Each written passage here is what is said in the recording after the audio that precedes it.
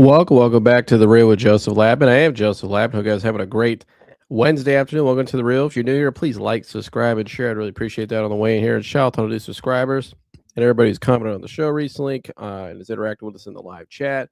We appreciate all you guys, and yeah, thanks for coming back and tuning in. And please like, subscribe, and share. Uh, and like I said, if you're new here, welcome aboard. But yeah, we'll get right into it today. Not a lot of time, so that we got about a couple 20, 30 minutes here, maybe max. But not a lot that we're going to talk about. Just a quick topic here that I thought was interesting and something I've been harping on this show for the last month about the Browns quarterback situation. But also joining me today is the man, the myth, the legend, the professional fan, Sir Michael Antonis. Mike, what's happening? Hello. Hello. Just driving home on this beautiful Wednesday evening. Not a cloud in the sky. It's actually really nice out. It is really nice out today. Mike has been really nice up in the Cleveland sports world since they named Deshaun Watson the starter. We've had jerseys being burned, Watson jerseys. We've had signs put around the city. We've had billboards put on Jim Brown's statue, or not billboards, it'd be like cardboard or like signs put on Jim Brown's statue. No, I'm thinking cardboard, but a sign put on his statue protesting against it. And the Browns took it down. So, Mike, there's been a lot of backlash. It's just the decision. Obviously, I reacted to it on my show. We talked about it the day before. They announced it after the Watson press conference after the game. Obviously, it says in the title today why Deshaun Watson starting may actually be a good thing for Shedeur in the long term, and I'll get to that at the end. We'll wrap up with that, which is something Sean Kane, former NFL quarterbacks, talked about yesterday on Adam the Bulls podcast, and it's something I've been saying for a while. The reason why it actually, if I'm Shedeur, it could be a great opportunity for him later on whenever he comes in, probably sooner rather than later, we expect, based on Watson's history. But Mike, I guess real quick, it's kind of what was your initial reaction when they named him the starter? Because I know when they came up here on the last show, you were saying we would get him up out of town, but what was your reaction? I was just exasperated, man. I'm just exasperated. Like, I just don't understand the organizational decision. I don't know. I don't understand the tone deafness. It's like, here, I get it. We're paying him a lot of money, but Denver absorbed a larger cap hit for Russell Wilson for cutting him 2 years early because of the amount of guaranteed money. And Andrew Berry was smarter about moving around money. So it's not a money thing. Like, especially with the cap going up every year, I think they could have cut him. Like, I'm not happy about it. I get it. Todd Monken's a rookie head coach. Maybe he wanted, the veteran in there to start. Maybe that looks easier while he's installing the offense. Maybe that's what it is. But me personally, I'm exasperated. I want this dude out. I just want this shadow of the Cleveland Browns done and over with. I want the Deshaun Watson era to be over with in Cleveland because there's not a lot of good memories in there. You know what I mean? Yeah. Yeah, for sure. I mean, and I gave my reaction to it. From a football standpoint, I think for Shedeur, it could be a good thing for him in the long run.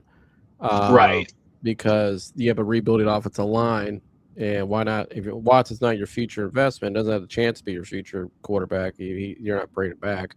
Then if I'm Shedeur, let me get out there when the offensive line's a little more stabilized, and you have rookie wide receivers, things are a little more up to speed, which is what I'll get to later on, which is what Sean Kane is going to be referred to. But ultimately, though, at the end of the day, it's like after that press conference. Now he did come out at the day he got named the starter, and he kind of backtracked a little bit and did. I think it was more of a PR thing, and cleaning up his comments he made about the fans and all that, and the booing and blah blah blah. So, Todd Monken spoke about it, and obviously he said the same sentiment about it, which is you don't want to get booed, go out and play better.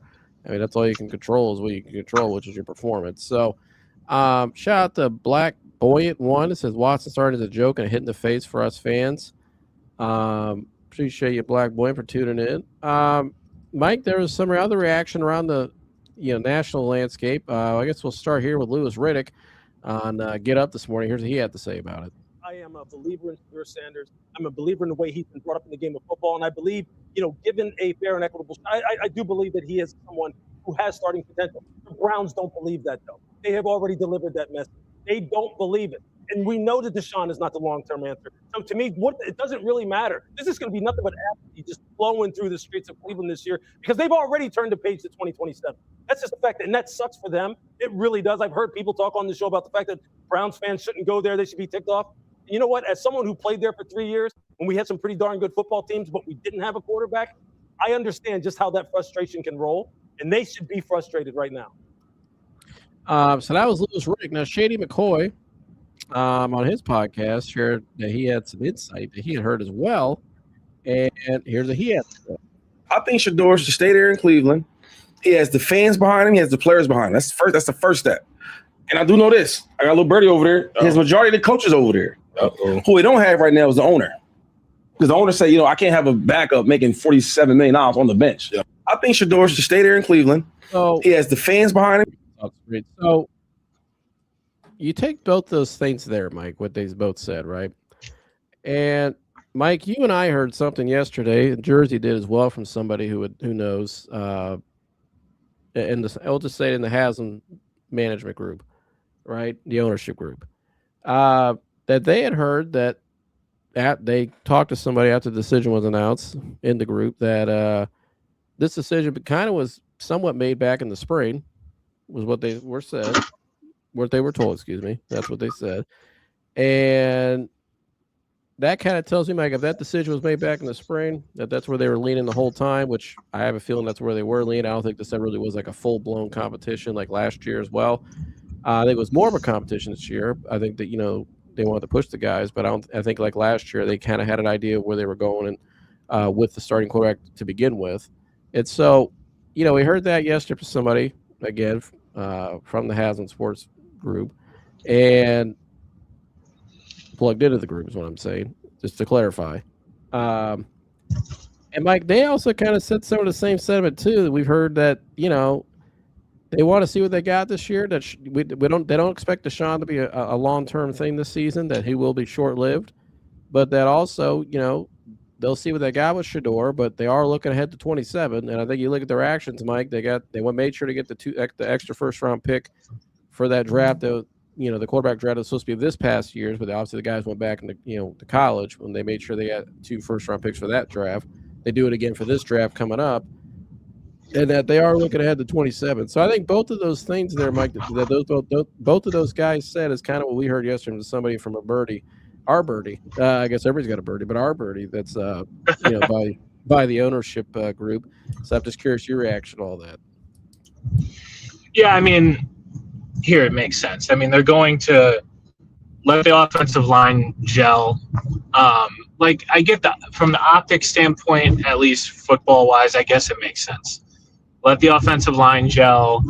Let the offense in general start to install in-game with the veteran quarterback that is not going to be long-term. And then when everything's moving a little bit more seamlessly, then put in the rookie or second-year player in Shedeur, see what you have there. But, I mean, I don't think it's a huge secret that, we've been looking to 2027. Like you said, we have 2 first-round picks next year. Words. I mean, right. We have 2 first-round picks next year. We have 12 whether we agree with it or not, picks. By the way, you just look at the actions. Not to cut you off, but go ahead. Yeah, we have 12 picks next year. I mean, and a bulk of them are between rounds 1 and 4, which are premium picks. It's not like we have a bunch of 7s. So. Right. And then we have 2 2s the following year. And then we have 2 3s the year after that. We have a plethora of picks that we can, in fact, trade and package if we need to move up. If the Browns exceed national media expectations, end up winning too many games to the point where they kind of fall off of, the top quarterback area, you can probably, give a king's ransom to move up. Because there are certain teams that might end up with a top pick that don't need a quarterback. Las Vegas, Tennessee, there are teams that could win like 1 or 2 games that aren't going to need a quarterback, that are just going to look to add a bunch of picks to continue to build out their teams. The Browns are kind of starting at it from a backwards perspective, where the team, for the most part, is actually pretty decent to good. We have a really good defense that we added to with Emmanuel McNeil-Warren, and now you have Jared Verse, who's younger. And then the offense, you added 2 young wide receivers that still have to prove it on the field, but at least from what we've seen, look really good. Spencer Fano looks really good. Hell, even Austin Barber. They moved him to right guard, and he looked like he'd been playing right guard for 10 years in the preseason. So, I mean, we're kind of attacking it from this backwards perspective with the Browns, which I think is kind of unique. I think they're building their team finally the right way, in my life. Yeah. In terms of they're building it through the draft correctly, they're starting in the trenches, they're bringing in weapons when they need it. They brought in a lot of blue chip talent, I believe. I think. I agree. Blue chip. I think Fano is going to be a big time guy. I think. Mason Graham, I still think would be great. Schwetzinger, they hit on. They brought in Jared Verse for Myles, when they had to get rid of Myles Garrett, or move on rather, and that was a great get. I mean, you retain guys like Denzel Ward, so they got a lot of Tyson Campbell even was a solid pickup, I thought. So Fano looks great. They've done a lot. They got a lot of youth, and I think Boston and Concepcion will be great. And so you got a good core building. But I go back to what Louis Riddick said about how they've kind of mailed it ahead to 27, and I kind of get that vibe, Mike. I just don't see this team. I don't think the Browns really invested the kind of resources they should have if they were trying to really go out and try to win, compete and win this year. Right. I know Haslam said that they take the over on the 5.5, which I guess I think if you want to get to, because last year they won 5, year before that they won 3, so I guess you win 7 this year, which is kind of where I've always said I think they'll be, is around a 7-8 win team tops. And the reason, not because obviously the quarterback play could exceed and what we think it could be, and and maybe they could develop some depth. But that's the biggest thing that stood out to me this preseason. It shows there's not a lot of depth, and I pulled this up the other day. You look at the right here, the bottom 5 NFL teams by roster spending going into the season. The Browns are second to last behind Miami. So they didn't spend a whole lot of money on this team going into this year either. Which tells me, and it shows in the preseason, because once them 1s and 2s, some of them 2s get off the field in the preseason game, they start getting boat raced because they just they don't got a lot of guys out there, and to win in football at any level, you got to have depth, and they just did not spend the kind of money into this roster this year. They allocated assets in terms of their draft and rebuilding a core, which is that's what they're doing. They're rebuilding. So with that. I kind of get where Louis Riddick's coming from, because again, you look at how they're operating. They got 2 first-round picks, and you look at the money they spent on this roster going into the season. They're not really, and then starting Deshaun Watson even. That tells me, they're not really. I mean, this is kind of like an evaluation year in some ways. Like, let's see what we got. But if I'm Shedeur Sanders, though, Mike, I could look at all this and think one of 2 things. Like, man, I probably should get the hell out of here if I can get traded. If that's how it is, or use it as an opportunity. Even if you're not the long-term guy in cleaning up this year, use it as an opportunity to get some good tape for yourself, get yourself an opportunity for next year, either in Cleveland or elsewhere. And, I know Sean Kane kind of talked about that on the Ad in the Bull show here yesterday. Here's what he had to say. In January of 2027. Because... Oh, let me backtrack it. My apologies. It doesn't matter. Right here. Here we go. Yeah. Like, look at this from a business standpoint. The guy that owns the team, who's he writing the biggest checks to? Deshaun Watson. So he wants to exhaust every opportunity to get some return on investment. Up to this point, he's gotten very little. And I really want to change how you look at this. It doesn't matter what the organization thinks in September of 2026 if you're Shedeur Sanders. The only thing that matters is what do the Cleveland Browns think in January of 2027? Because that's what's going to determine Shedeur's future. He will get the chance to play this year. Yep. How he plays will determine what they feel like their number 1 priority is at the end of this season. which is all that matters if you're Shedeur. I actually, if I was in his camp, would be saying it's a blessing that they're starting with Deshaun. Under no possible scenario where the team is and Deshaun is mentally and what he's shown physically, is anybody in any way, shape, form, or fashion in the belief that the Browns are going to start 4-1 and Deshaun's going to be like Baker last year, in the MVP voting? Zero. No. Yeah. So now when you get to play, guess what? You only got to play better than what Deshaun demonstrated to make people at least start being comfortable with you being the answer. And so, Mike, I like that assessment there. And I've been saying it, I've been saying that for the last 2 weeks on the show. I said, listen, if I'm Shedeur, it's not the worst thing if I don't start because, like I said, we got a rebuilding offensive line. We got a first-time head coach. We got a new system. We got rookie wide receivers. Let that all develop into an offense and stabilize by week 4, 5, 6, whatever, and it'll all work out. And then he gets out there, Mike, and you just insert him right into there. And like he said, all he's got to do is top what Deshaun Watson's going to put on tape. And, based on what Deshaun Watson's put on tape here in Cleveland, it's not going to be a high bar to really exceed. And, obviously Deshaun's had the injuries, knock on wood, I wish him to get hurt, but he's had injuries every year as well. So it's like, if I'm Shedeur, it's not how you start, it's how you finish, right? And whether he's even the guy in Cleveland next year or not, maybe the Browns aren't thinking about any of these guys past this year.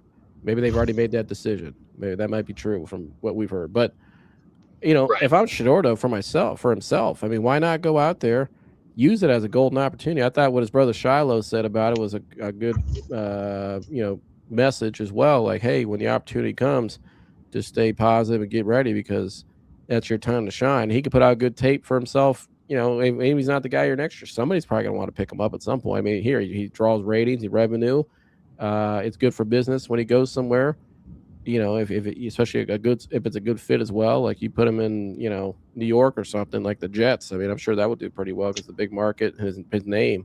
So, but anyway, but I think if I'm him, Mike, I'm not down about it. I actually think it could be a good thing for him, and I think it's a good thing if the Browns can learn from this as well because, like I've been saying, the last time why the Browns have never been able to find their starting quarterback, franchise guy, Mike, is because they never handled it properly.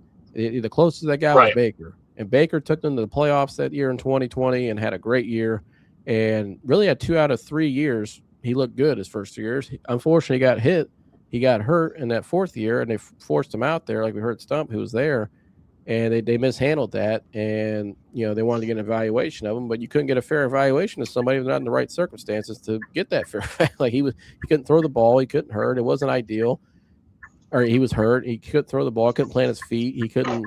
It wasn't the real Baker Mayfield. I mean, the guy didn't practice before that Green Bay game for 9-8 days, and they flew him in on a plane that day and threw him out there.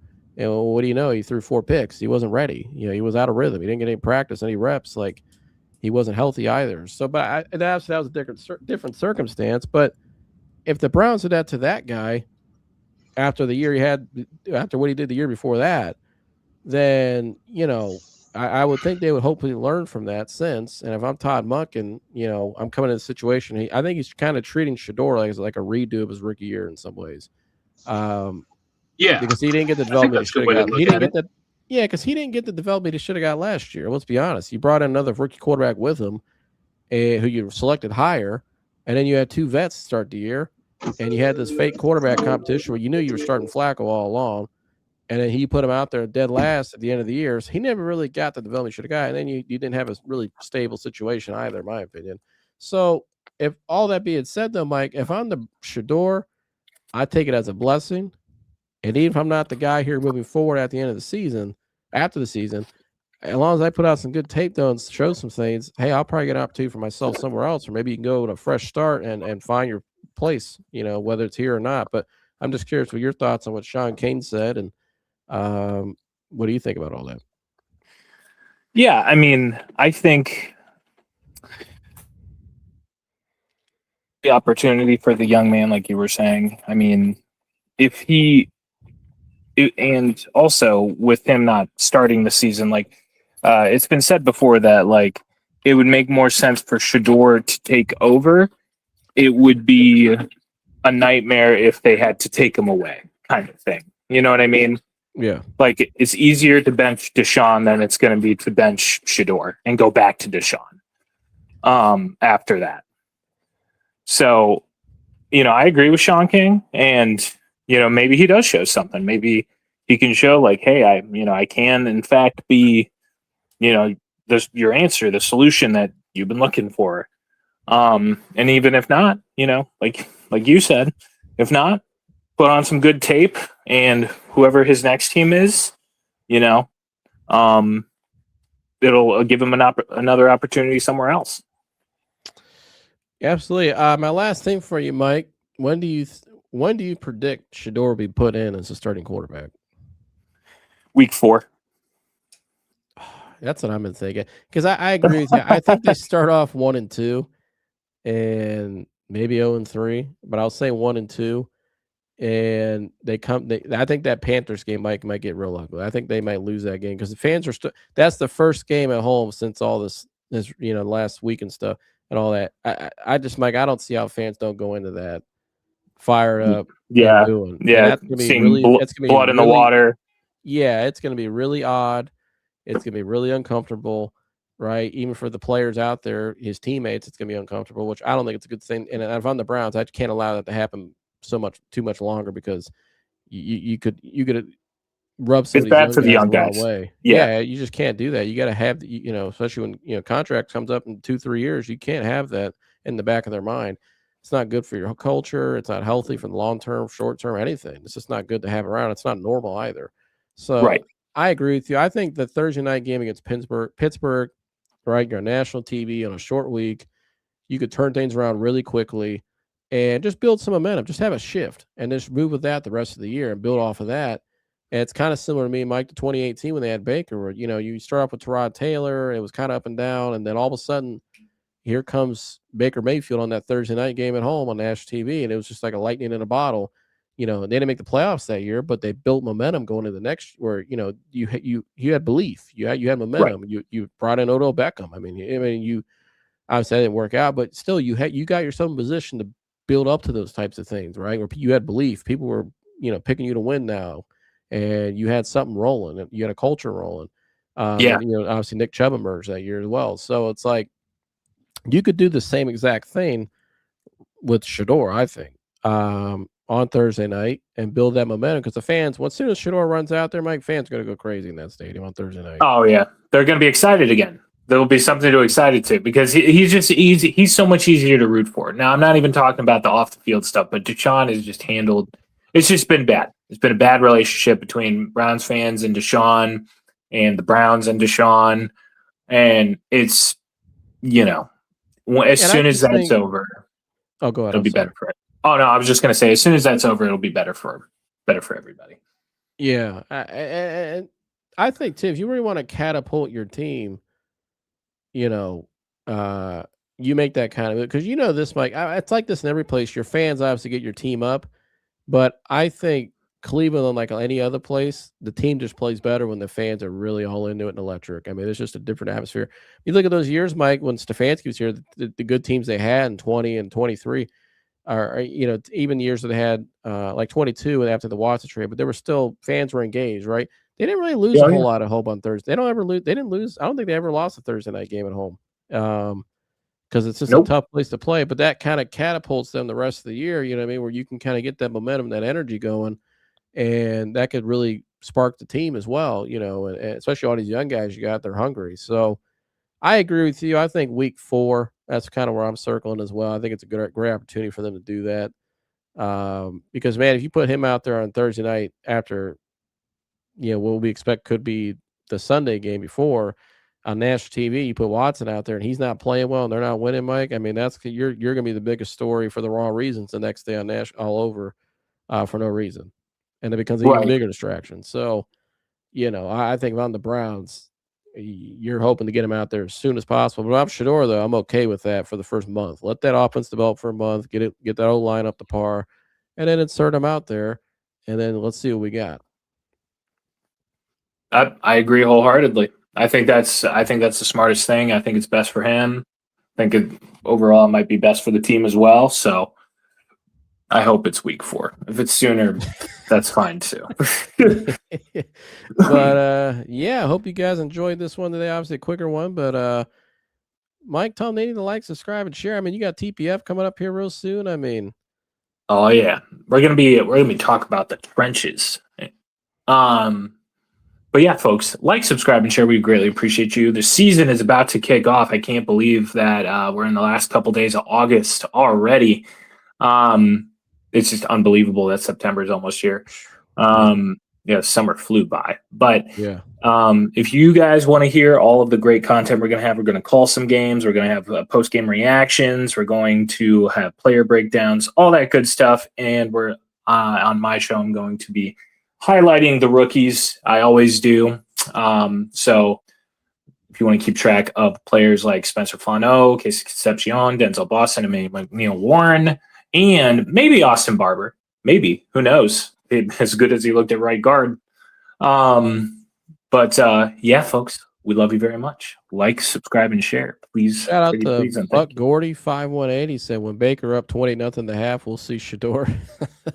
I think you might in that situation. I don't know, but shout out to you, Buck Gordy. Thanks for tuning in, my friend. If you guys want to call, leave a take when you think Shedeur will be put out there, which week, call into the show, 216-532-5550. Again, 216-532-5550. Call, leave a voicemail.